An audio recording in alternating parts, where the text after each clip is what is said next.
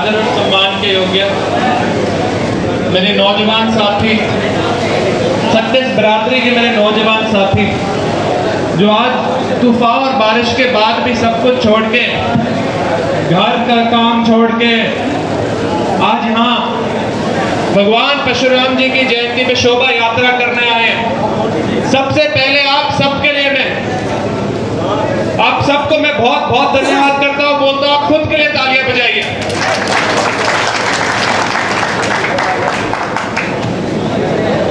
मंच पे उपस्थित हमारे समाज के, हमारे कैथल के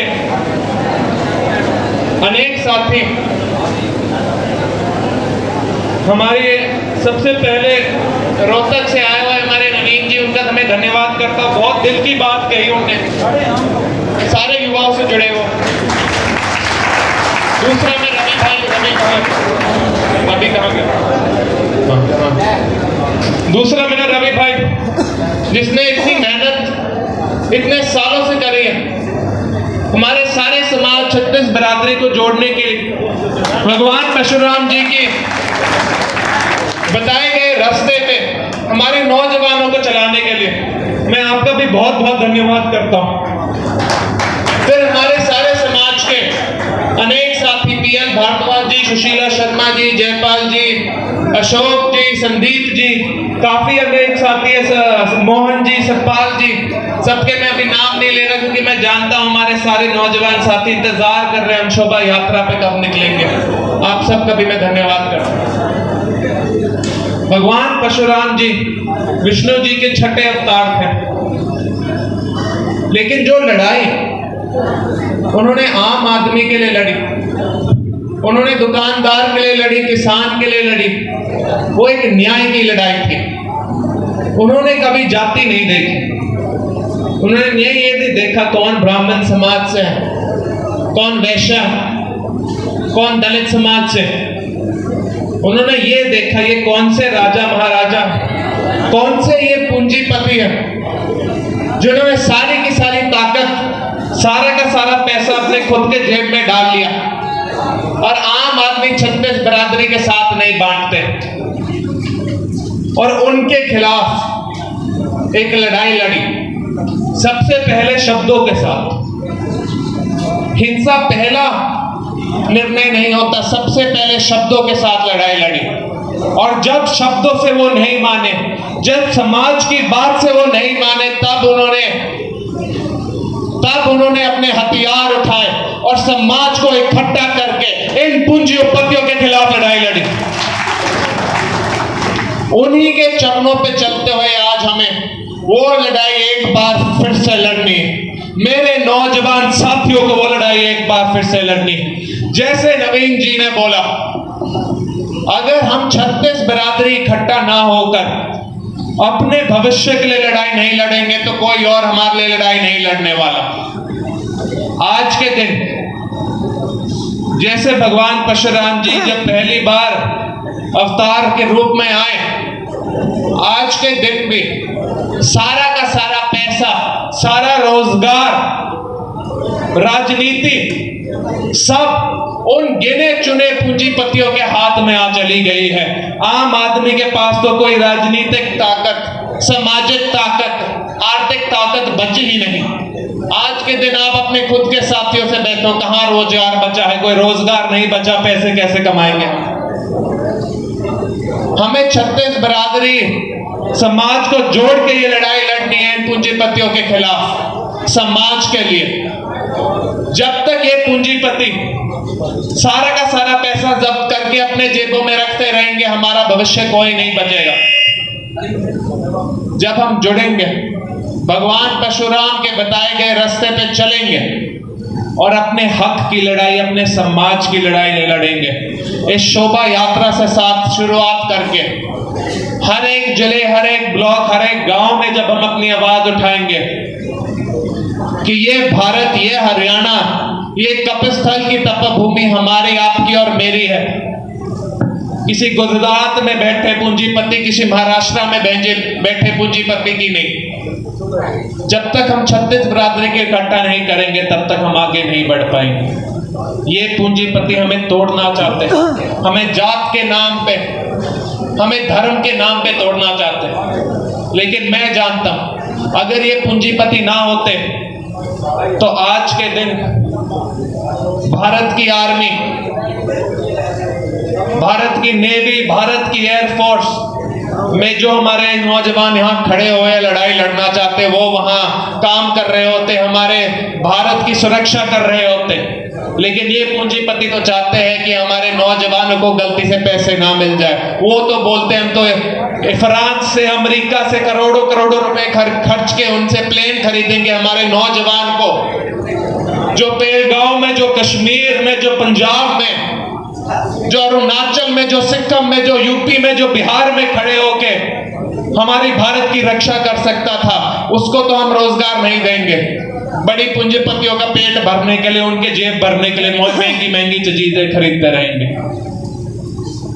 जो हमारा नौजवान रोजगार करके अपने समाज को, अपने गांव को, अपने परिवार को आगे लेकर जा सकता था, उसको रोजगार कहां देंगे? HKRN में कहां? HKRN के माध्यम से 2-2 साल की फेक नौकरी देकर उन्हें हटा देंगे, असली पक्की नौकरी तो देंगे नहीं, ताकि वो पूंजीपति बड़े बड़े कॉन्ट्रैक्ट, करोड़ों करोड़ों रुपया के कॉन्ट्रैक्ट खा जाए।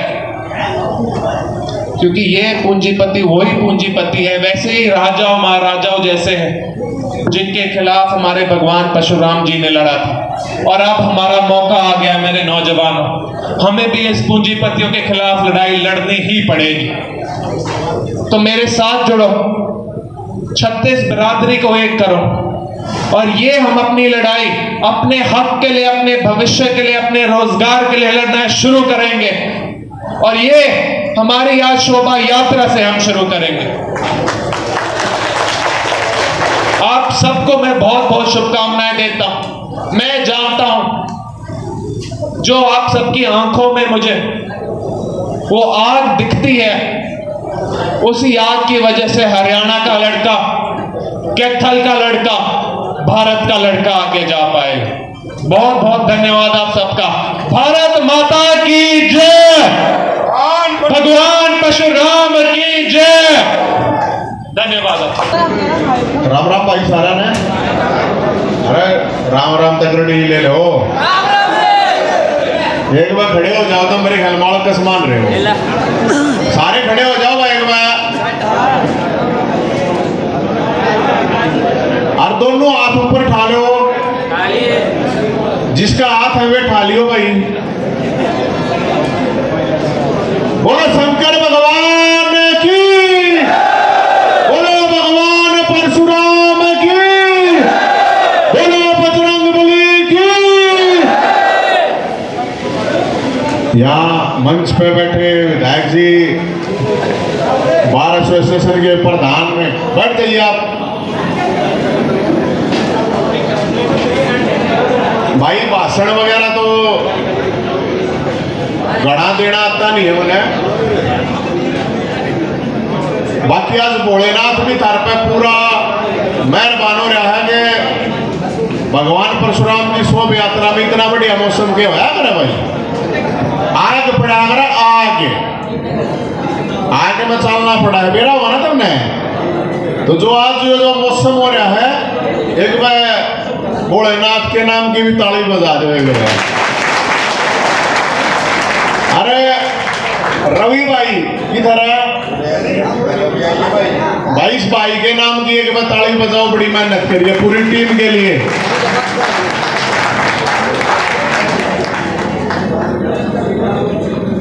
दोस्तों सबसे पहले आप लोगों ने मेरे को बुलाया, इसके लिए आप लोगों का धन्यवाद।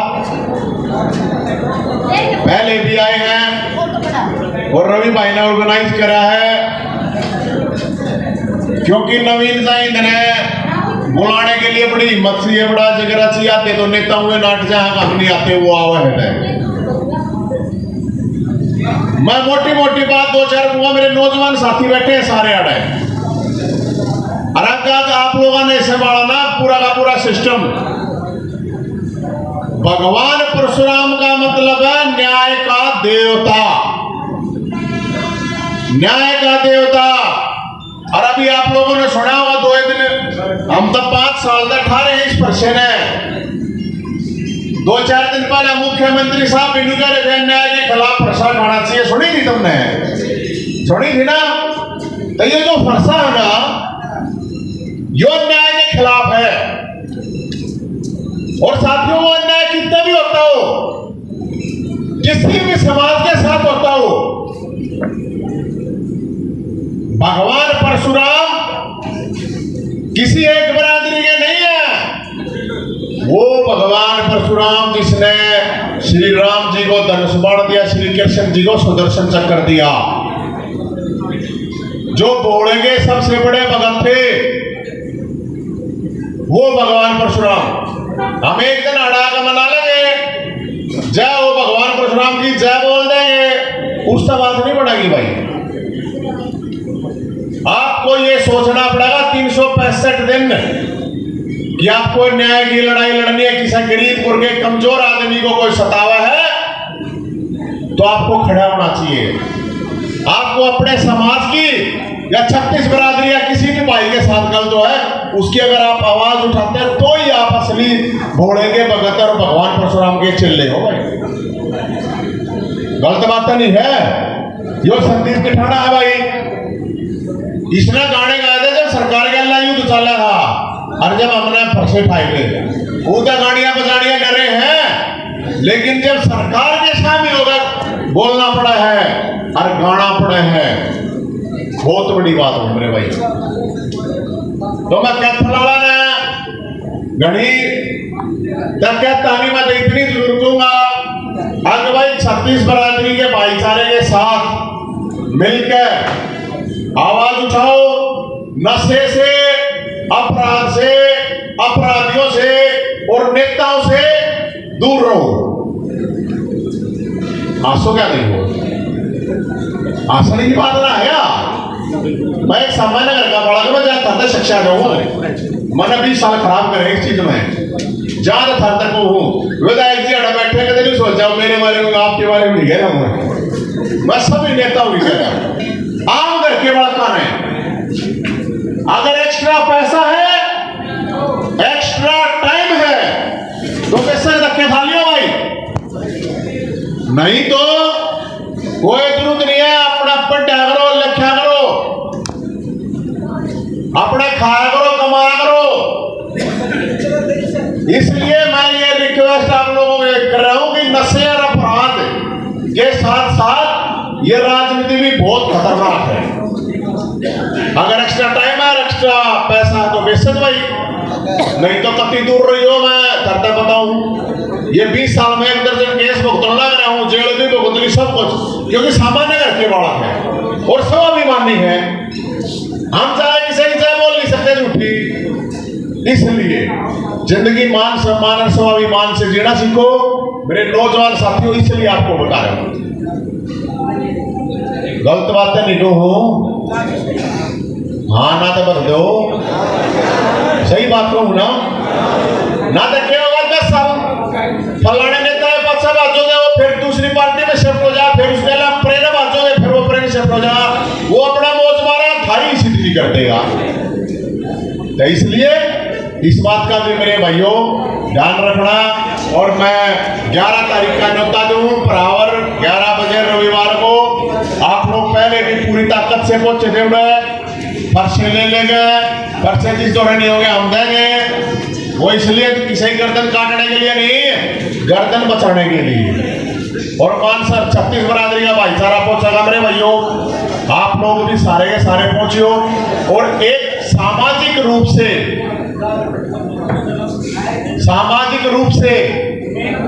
आप लोगों को जागरूक होना बहुत जरूरी है। नेता आवे, कोई भी नेता आवे, कोई भी समस्या आपके एमएलए, आपका एमपी है, सवाल करो उससे, अपनी समस्याएं उठाओ उसके सामने। जब माड़ा गालन का पहले समस्या उठाओ, चाहे आपका कोई एमपी आवे, कोई एमएलए आवे, कोई पार्षद आवे, सरपंच आवे, कोई भी है। मेरा काम है जागरूकता।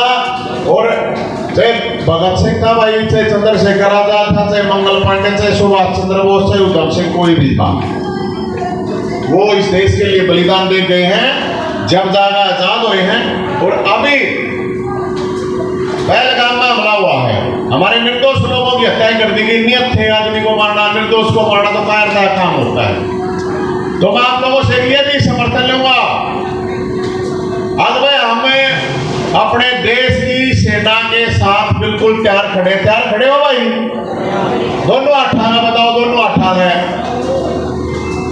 तो क्या अपने देश को अब की बार पाकिस्तान में लार पार कर देनी चाहिए कि नहीं कर देनी चाहिए? जो बताओ, रुका मारेगा बताओ, रुका लार पार है। आठ आगा कर देनी चाहिए ना भाई, वो इसलिए कर देनी चाहिए हम ये कह रहे हैं। रोज रोज के रगड़े यार, एक के दिन में हो जाओ फैसला, 2 दिन में हो जाओ, महीने में हो जाए। मरा है तो वो सैनिक मरा है, कौन मरा है? आम करा के बाड़ा तुमने देखा कदे आए हो? अब फलाने मंत्री का बेटा शहीद हो रहा, सुनी है तुमने? अरे सुनी है कदे? कदे नहीं सुनी ना, तुमने सुनी है कदे? अब फलाने मुख्यमंत्री का छोरा बलाड़ है, कश्मीर हनीमून मरने गया कोई स्विट्जरलैंड पावा है, स्विट्जरलैंड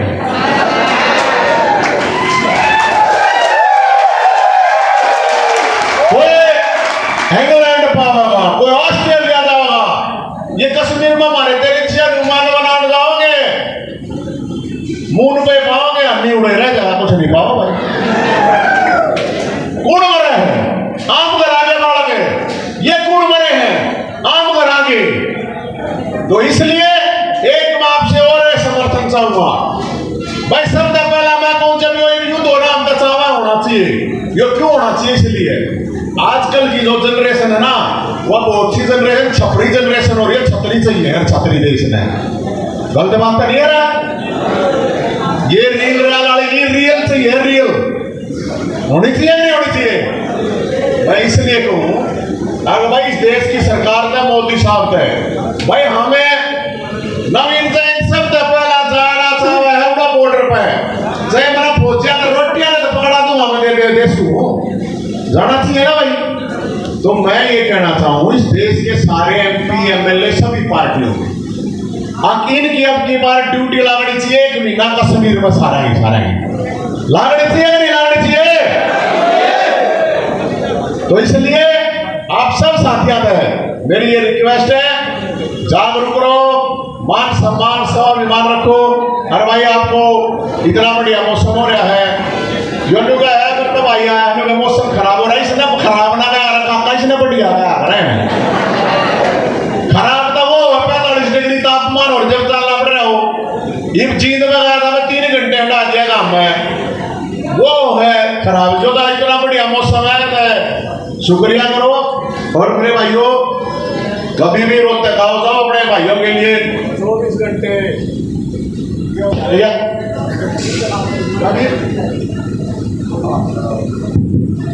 कभी भी आओ, 24 घंटे दरवाजे भाई भैया के लिए खुले हैं। हर 11 तारीख में 11 बजे रविवार में आइयो। पूरे हरियाणा के नौजवान योद्धा छपरी नहीं, छतरी बुला रखे हैं, योद्धा बुला रखे हैं, मान सम्मान स्वाभिमान वाले बुला रखे हैं, चोर चुके नहीं। इसलिए तो सारे के सारे साथी जरूर आइयो। बहुत बहुत धन्यवाद। जय हिंद, बोलो शंकर भगवान की। मजबूती और बेबाकी के साथ समाज के हर मुद्दे पर अपनी बात रखने वाले परम आदरणीय बड़े भाई श्री नवीन जय हिंद जी, भारतवर्ष के सबसे युवा विधायक, जिला कैथल विधानसभा के युवा नेता श्री आदित्य सुरजेवाला जी, बार एसोसिएशन कैथल के पूर्व प्रधान और पूर्व में डायरेक्टर रहे श्री PL भारद्वाज जी, बार एसोसिएशन के मानद सदस्य श्री सतपाल जोरा जी एडवोकेट, श्री मनु शर्मा जी, श्री प्रमोद शर्मा जी, श्री अशोक माजरा जी, श्री प्रवीण शर्मा जी एडवोकेट, BPSO कैथल के प्रेसिडेंट श्री रवि प्योदा जी, BPSO पुंडरी के प्रेसिडेंट श्री कार्तिक शर्मा जी, श्री हंसू गुड्डा खेड़ा जी, श्री मोहन एक्स सरपंच चौड़क श्री मोहनलाल शर्मा जी, श्री दीपक वह सभागार में मौजूद मेरे पिता तुल्य बुजुर्गों, वह आज की युवा शक्ति, मेरे युवा साथियों, सबसे पहले आपको भगवान परशुराम जन्मोत्सव की बहुत बहुत बधाई हो। और ये बधाई इसलिए भी बढ़ जाती है कि हमारी नई पौध, हमारे सभी नए युवा साथी भगवान परशुराम के 25 चिन्हों पर चलने के लिए, भगवान परशुराम की जीवन मूल्यों को सभी को बताने के लिए पूरे शहर में शोभा यात्रा निकाल रहे हैं। साथियों, जैसा कि आप सभी को पता है कि भगवान परशुराम जी ने इस पृथ्वी से 21 दफा असुरों का विनाश किया था। आज धरती पर असुर तो मौजूद नहीं है, लेकिन असुर रूपी कुरीतियां समाज के अंदर, बहुत सारी कुरीतियां समाज के अंदर मौजूद हैं। मैं आप सभी से ये आग्रह करूंगा कि आज यहाँ से एक प्रण लेकर के जाएं, खास करके मेरे युवा साथी, जो एक कुरीति युवा वर्ग में सबसे ज्यादा बढ़ रही है, एक राक्षस, एक असुर युवा वर्ग में सबसे ज्यादा बढ़ रहा है, वो है नशा रूपी असुर। आप सभी यहाँ से एक प्रण लेकर के जाएं कि समाज में व्याप्त सभी कुरीतियों को, जिस प्रकार भगवान परशुराम ने फरसा उठा करके सभी असुरों का नाश किया था, आप सभी इन सभी कुरीतियों को दूर करने में अपना सहयोग दें। आप सभी यहाँ पर आए। भगवान परशुराम स्टूडेंट ऑर्गेनाइजेशन और आज के कार्यक्रम की आयोजन समिति का मैं इसलिए धन्यवाद करता हूँ कि मुझे भी आप सभी से रूबरू होने का मौका मिला। एक बार फिर से आप सभी को भगवान परशुराम जन्मोत्सव की बहुत बहुत बधाई। धन्यवाद।